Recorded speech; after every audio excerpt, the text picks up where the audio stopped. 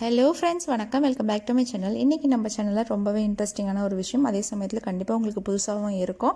அது என்னன்னு பார்த்தீங்கன்னா, வயிற்றில் வளரும் குழந்தைக்கு பிடிக்காத 12 விஷயங்கள் என்ன அப்படின்னு நம்ம பார்க்க போகிறாங்க. ஸோ வீடியோக்குள்ளே போகிறதுக்கு முன்னாடி நம்ம சேனலை ஃபஸ்ட் டைம் பார்க்குறீங்கன்னா சப்ஸ்கிரைப் பண்ணிக்கோங்க, கூடவே பெல் ஐக்கனை கிளிக் பண்ணிக்கோங்க. அப்போ தான் தினந்தோறும் நான் போகிற வீடியோஸ் உங்களை வந்து சேரும். வாங்க வீடியோக்குள்ளே போகலாம். இந்த 12 விஷயங்களை நீங்கள் செய்யும்போது அது குழந்தைக்கு பிடிக்கவே பிடிக்காதான். அம்மா செய்கிற பல விஷயங்கள் வந்து குழந்தைக்கு நேரடியாக சென்றுடுமாங்க. அதனால் அவங்களுக்கு பிடிக்காத சில செயல்களும் இருக்கா, அந்த செயல்களை நம்ம செய்யாமல் இருக்கிறது ரொம்பவே நல்லதுன்னு சொல்கிறாங்க. ஸோ கன்சீவாக இருக்கும் பொழுது அந்த பெண்ணை பற்றியும் அந்த பெண்ணு சாப்பிட்ற உணவு பற்றியும் நம்ம எந்த அளவுக்கு கவனமாக இருக்கிறோமோ அதே அளவுக்கு உங்கள் கருவை பற்றியும், கருவுக்கு பிடிச்ச விஷயங்கள் என்ன, பிடிக்காத விஷயங்கள் என்ன நீங்கள் கண்டிப்பாக தெரிஞ்சு வச்சுருக்கோங்க. கருவில் உள்ள குழந்தைக்கு வந்து வெளியில் இருக்கிற எல்லா உணர்வுகளுமே சத்தங்களுமே துல்லியமாக கேட்குமா, அதுக்கு ஏற்ற மாதிரி குழந்தையோட குணாதிசயங்களும் மாறும். நம்மளோட மனநிலையில் ஏற்படுற மாற்றங்களால் நம்மளோட ஹார்மோன்லேயும் மாற்றங்கள் நடக்குமாங்க.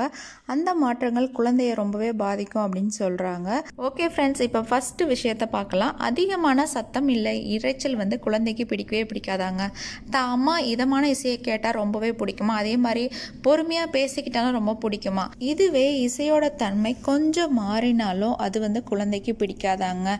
அது என்னன்னு பார்த்தீங்கன்னா, நம்ம திருவிழாக்கள் இல்லை பொது நிகழ்ச்சிகளில் அந்த ஒலிபெருக்கி மூலயமா ஒரு பாட்டு போடுவாங்க இல்லையா, ரொம்ப சவுண்டாக இருக்கும் இல்லையா, அது பிடிக்காதான். கடினமான சத்தங்கள் பிடிக்காதான். சில வாத்தியங்களோட இசைகள் பிடிக்காதான்.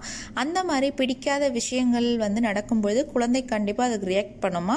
ஸோ அந்த மாதிரி இரைச்சலை உருவாக்குற இடத்துல நீங்கள் போகாமல் இருக்கிறது ரொம்பவே நல்லதுங்க. ஒருவேளை நீங்கள் போகும் பட்சத்தில் அது கருவில் இருக்கிற குழந்தைக்கு ரொம்ப அச்சத்தை உண்டாக்குமா, ரொம்ப பயந்துருமா. அதனால் நீங்கள் எப்பயுமே என்ன பண்ணோம், மென்மையான காதுகளை வரும் அந்த இசையை வந்து கேட்கணுங்க. அந்த இசையை நீங்கள் கேட்கும்போது குழந்தையும் ரொம்ப சந்தோஷமாக இருக்கும். அந்த இசையிலேயே அவங்க தூங்கவும் ஆரம்பிச்சிருவாங்களாம். அதே மாதிரி அவங்களோட மூளை வளர்ச்சிக்கும் இது ரொம்பவே உதவி செய்யுங்க. இதை பற்றி டீட்டெயிலாக நம்ம ஒரு வீடியோ போட்டிருக்கோம், டிஸ்கிரிப்ஷன் பாக்ஸில் கொடுக்குறேன், போய் பாருங்கள். குழந்தையோட பிரெயின் டெவலப்மெண்ட்டுக்கு என்னென்ன ஸ்டெப்ஸ்லாம் நம்ம ஃபாலோ பண்ணோம் அப்படின்னு சொல்லிட்டு. ஸோ முதல் விஷயம், அதிகமான சத்தம் இல்லை இரைச்சல் வந்து குழந்தைக்கு பிடிக்காதான். ஸோ அதை நீங்கள் அவாய்ட் பண்ணிக்கோங்க. இரண்டாவது, மனநிலையில் மாற்றங்க. நம் உணர்வு எப்படி மாறுதோ அதுக்கேற்ற மாதிரி நம்ம குழந்தையோட மனநிலையும் மாறுமாங்க. சொல்லுவாங்க இல்லையா, கர்மமாக இருக்கிற பெண் வந்து அழக்கூடாது, சோகமாக இருக்கக்கூடாது, கவலைப்படக்கூடாது, எப்பயும் ஹாப்பியாக இருக்கணும்னு சொல்லிட்டு. ஸோ அது எல்லாமே வந்து உங்கள் குழந்தையோட நல்லதுக்காகவும் தான். நீங்கள் சந்தோஷமாக இருந்தீங்கன்னா உங்கள் குழந்தையும் சந்தோஷமாக இருக்கும். அது குழந்தையோட ஆரோக்கியமான வளர்ச்சிக்கு ரொம்பவே உதவி செய்யும். குழந்தை வந்து கரெக்டாக வளர்ந்துட்டு இருக்கும். அதோட மனமும் வந்து ரொம்ப சந்தோஷமாக இருக்குங்க. நீங்கள் வந்து சந்தோஷமாக இல்லை அப்படின்னா அது குழந்தைய பாதிக்கும், வளர்ச்சியை பாதிக்கும். அதனால் தேவையில்லாத பிரச்சனைகள் வருங்க. ஸோ குழந்தையோட மனநிலையில் மாற்றம் வந்துச்சுன்னா அது குழந்தைக்கு பிடிக்கவே பிடிக்காதான். மூன்றாவது பார்த்தீங்கன்னா, 3ஆம் கர்ப்ப காலத்தில் 3rd ட்ரைமெஸ்டர் சொல்கிறோம்ல, அந்த சமயத்தில் அம்மா வந்து உடலுறவில் ஈடுபட்டாலும் அது குழந்தைக்கு பிடிக்கவே பிடிக்காதாங்க. ஏன்னா இது வந்து குழந்தைக்கு அசௌகரியத்தை ஏற்படுத்துமாங்க. அது குழந்தையை கோபப்படுத்தவோ வருத்தப்படவோ கூட செஞ்சிடும் அப்படின்னு சில ஆய்வு முடிவுகள் சொல்லுது. காரணம், நீங்கள் வந்து உடலுறவில் ஈடுபடும் பொழுது அம்மாவோட வயிற்று தசைகள் வந்து இறுக்கமாக ஆகிடுமாங்க. ஏற்கனவே குழந்தை முழுசாக வளர்ந்ததுனால அதுக்கே இடம் பத்தாது.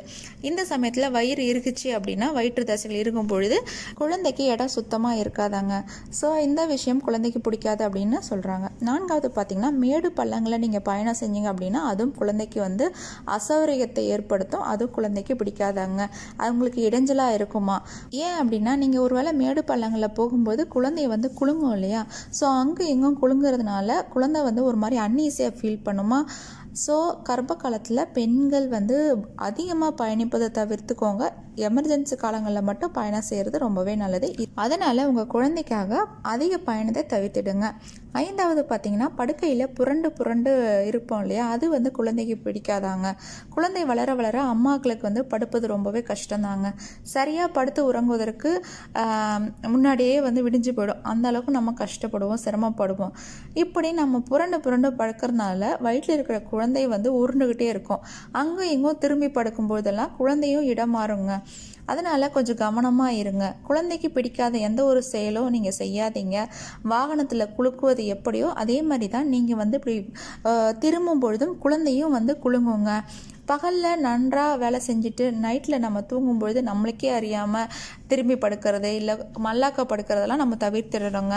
அதனால் குழந்தைக்கு பிடிக்காத அந்த திரும்பி படுக்கிறத தவிர்த்திடுங்க. 6வது பார்த்தீங்கன்னா, வயிறு வலிக்க சிரிக்கிறதுமே குழந்தைக்கு ரொம்ப பிடிக்காதாங்க. சிரிப்பு தான் அனைத்து பிரச்சனைக்குமே சிறந்த மருந்துங்க. வயிறு வலிக்க வலிக்க நம்ம சிரிக்கிறது ரொம்பவே நல்லது அப்படின்னாலும் கன்சீவாக இருக்கும்போது அது குழந்தைக்கு பிடிக்காதாங்க. ஏன் அப்படின்னா நம்ம சிரிக்கும் பொழுது வயிறு குலுங்கும் இல்லையா, அப்போ மேலேயும் கீழேயும் போயிட்டு வருமா. இப்போ உள்ள குழந்தை இருக்கும்பொழுது குழந்தைக்கு இடைஞ்சலாக இருக்கும் அப்படின்னு சொல்லிட்டு குழந்தைக்கு பிடிக்கவே பிடிக்காதா. அதனால நம்மளை சிரிக்கிறது நம்ம குழந்தைக்கு பிடிக்காது அப்படின்றதையும் தெரிஞ்சுக்கோங்க. 7வது பார்த்தீங்கன்னா வயிற்றை குத்தி பார்க்கறது. குழந்தைகளோட அசைவும் அந்த வெளியில் தெரியும் கை கால்களோட தடமும் பார்க்கறதுக்கு ரொம்பவே அழகாக இருக்குங்க. நீங்கள் 8th இல்லை 9th மந்த்துக்கு அப்புறம்லாம் உங்களாலே பார்க்க முடியும் உங்கள் குழந்தையோட குட்டி கைகள் குட்டி கால்களை. நான் பர்சனலாக பார்த்துருக்கேன், நான் தொட்டு கூட பார்த்துருக்கேன். அவங்க உதைக்கும் பொழுது கரெக்டாக நான் டச் பண்ணப்போ அவங்களோட அந்த ஃபிங்கர்ஸு அந்த முட்டிகள்லாம் எனக்கு ஃபீல் ஆச்சுங்க. நான் தொட்டு ரியலாக பார்த்தேன்.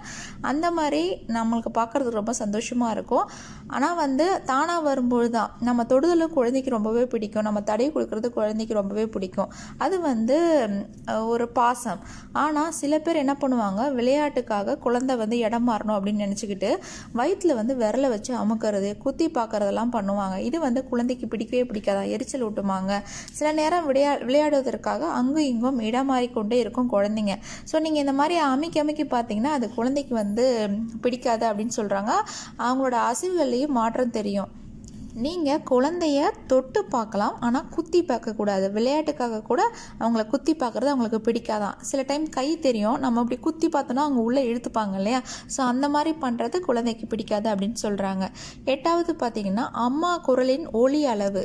அம்மாவோட குரல் குழந்தைக்கு கண்டிப்பாக தெரியும். அங்கே கரு உருவானதுலேருந்து அவங்க எப்போ கேட்கும் திறனை பெற்றார்களோ அதிலிருந்தே அவங்க அம்மாவோட குரலை குழந்தை கேட்டுக்கிட்டே இருக்கோங்க.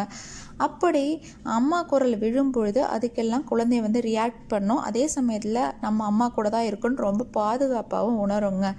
அந்த சமயத்தில் நம்ம யார் கூட சண்டை போடுறோம், வாதிடுறோம், கடுமையான குரலில் கத்துறோம் அப்படின்னா அது குழந்தைக்கு பயமாக இருக்குமா. குழந்தைக்கு எவ்வளோ இனிமையாக இருந்துச்சோ அந்த குரல் இப்போ அது பயத்தை ஏற்படுத்துமா. ஸோ இந்த மாதிரி அம்மா சத்தமாக பேசுறது, கத்துறது, சண்டை போடுறதெல்லாம் குழந்தைக்கு பிடிக்காதவே பிடிக்காதாங்க. முடிஞ்ச வரைக்கும் தேவையில்லாத வாதத்தை தவிர்த்துட்டு இனிமையான எப்பயும் போல இருக்கிற உங்கள் குழந்தை கேட்ட அந்த குரல்லையே பேசுங்க. ரொம்ப சாஃப்டாக இருங்க. அப்போ அது குழந்தைக்கு பிடிக்கும். குழந்தை ரொம்ப மகிழ்ச்சியாக இருக்கும். குழந்தை ரொம்ப மகிழ்ச்சியாக இருந்தால் அதோட வளர்ச்சிகள் ரொம்ப நார்மலாக இருக்கும், கரெக்டாக இருக்கும்னு சொல்கிறாங்க. ஸோ அம்மாவோட குரலில் கொஞ்சம் மாற்றம் வந்தாலும் அது குழந்தைக்கு பிடிக்கவே பிடிக்காதான்.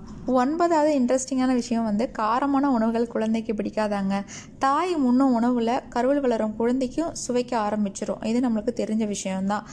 ஆனால் இது நிறைய பேருக்கு தெரியாதுங்க. கருவில் குழந்தை உருவான முதல் 3 மாதங்களையே சுவையை பற்றி நல்லா தெரிஞ்சிருமா. அதே சமயத்தில் தாய் ரொம்ப காரமான உணவுகளை சாப்பிட்டாங்க அப்படின்னா அது குழந்தைக்கு பிடிக்காதான். இதனால தான் நம் முன்னோர்கள் காரமான உணவுகளை கர்ப்பிணி பெண்கள் சாப்பிடக்கூடாதுன்னு சொன்னாங்கன்னு நினைக்கிறேன். எவ்வளோ பெரிய அறிவாளிகள் நம் முன்னோர்கள். சரி, ஓகேங்க, 10வதுக்கு போகலாம். சூடான தண்ணீர் அந்த தொட்டியில் குளிக்கிறதும் குழந்தைக்கு பிடிக்காதாங்க. தாய் சுடுநீர் நிரம்பி அந்த தண்ணீர் தொட்டியில் குளிக்கும் பொழுது அந்த வெப்பநிலை மாற்றம் நிகழும் இல்லையா. வெளியிலேருந்து வெப்பம் அதிகமாக இருக்கும், உள்ளே கம்மியாக இருக்கும். அந்த மாதிரி வெப்பநிலை மாற்றம் ஏற்பட்டாலும் அது குழந்தைய சிரமத்துக்கு ஆளாக்குமா, குழந்தைக்கு பிடிக்காதான். 11வது பார்த்தீங்கன்னா அதிக வெளிச்சம் குழந்தை வயிற்றில் படுது அப்படின்னா அது குழந்தைக்கு பிடிக்கவே பிடிக்காதாங்க. குழந்தைக்கு பார்க்கும் திறன் வந்திருக்கும். குழந்தை வளர்ற அந்த இடம் பார்த்தீங்கன்னா இருட்டாக தான் இருக்கும். கருவறைன்றது இருள் சூழ்ந்த இடம் தான். அப்போ வெளியிலேருந்து ஒரு வெளிச்சம் வருது அப்படின்னா அது குழந்தைக்கு அன்ஈஸியாக இருக்குமா. ஏதோ வித்தியாசமாக ஒன்று வருது அப்படின்னு சொல்லுமா. கண்கள் கூட குழந்தைக்கு கூசுமா. இந்த டெக்னிக்கை தான் நம்ம குழந்தை ரொட்டேட் பண்ண வைக்கிறதுக்கு யூஸ் பண்ணுறோம். ஏற்கனவே நம்ம ஒரு வீடியோவில் போட்டிருக்கோம், தலை திரும்பலை அப்படின்னா குழந்தைய எப்படி தலை திரும்ப வைக்கிறது அப்படின்னு சொல்லிட்டு. பார்க்காதவங்க அந்த வீடியோவையும் பாருங்கள், ரொம்ப பயனுள்ளதாக இருக்கும், புதுசாகவும் இருக்கும். ஸோ தலை மேலே இருக்கும் பட்சத்தில் நீங்கள் லைட்டை அடிச்சிங்க அப்படின்னா, இல்லைனா லைட்டை நீங்கள் கீழே அழிச்சிங்கன்னா குழந்தை மூவ் ஆகும் அப்படின்றது கான்செப்ட். 12வது பார்த்தீங்கன்னா தாய் சாப்பிடாம இருந்தாலும் குழந்தைக்கு பிடிக்காதாங்க. கருவில் உள்ள குழந்தை தாயையே எல்லா விதத்துலையும் சார்ந்திருக்கும் நமக்கு தெரியும். தாய் நல்லா ஆரோக்கியமாக சாப்பிட்டாதான், ஊட்டச்சத்து உணவுகளை எடுத்துக்கிட்டாதான் அது குழந்தைக்கும் போய் சேரும். குழந்தையும் ரொம்ப ஆரோக்கியமாக இருக்குங்க. கருவில் வளரும் குழந்தைக்கு பசி எடுக்குமாங்க. ஸோ நீங்கள் சாப்பிடாத பட்சத்தில் குழந்தைக்கு ரொம்ப கஷ்டமாயிருமா. ஐயோ அம்மா இன்னும் சாப்பிடலையே அப்படின்னு ரொம்ப வருத்தப்படுமா. அதே மாதிரி ஒரு எட்டி ஒரு உத விடுமா, அம்மா இன்னும் ஏமா நீங்கள் சாப்பிடல அப்படின்னு சொல்லிட்டு. ஸோ உங்களால் கண்டிப்பாக அந்த ஃபீலை உணர முடியும்னு சொல்கிறாங்க. ஸோ இந்த செய்ய நீங்கள் செய்யவே கூடாது. கண்டிப்பாக 3 வேளையும் கரெக்டாக நீங்கள் சாப்பிடணும். இடையில 2 ஸ்நாக்ஸ் கண்டிப்பாக ஹெல்த்தியாக சாப்பிட்டே ஆகணுங்க. ஓகே ஃப்ரெண்ட்ஸ், இந்த 12 விஷயங்கள் உங்கள் குழந்தைக்கு பிடிக்கவே பிடிக்காதான். கண்டிப்பாக நீங்கள் இந்த விஷயங்களை செய்யாதீங்க. அவங்க பிறந்ததுக்கு அப்புறமா உங்களுக்குன்னு என்ன ஒரு விருப்பம் இருந்தாலும் அதை நீங்கள் செய்து கொள்ளலாம்.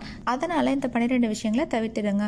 ஓகே ஃப்ரெண்ட்ஸ், இந்த வீடியோ உங்களுக்கு புதுசாகவும் அதே மாதிரி பயனுள்ளதாகவும் இருக்கும்னு நம்புகிறேன். வேறு ஒரு இன்ட்ரெஸ்டிங்கான வீடியோட மீண்டும் சந்திக்கிறேன். நம்ம சேனல் பிடிச்சிருந்தா லைக் பண்ணுங்கள், ஷேர் பண்ணுங்கள், கமெண்ட் பண்ணுங்கள், மறக்காமல் சப்ஸ்கிரைப் பண்ணுங்கள். பாய், தேங்க்யூ.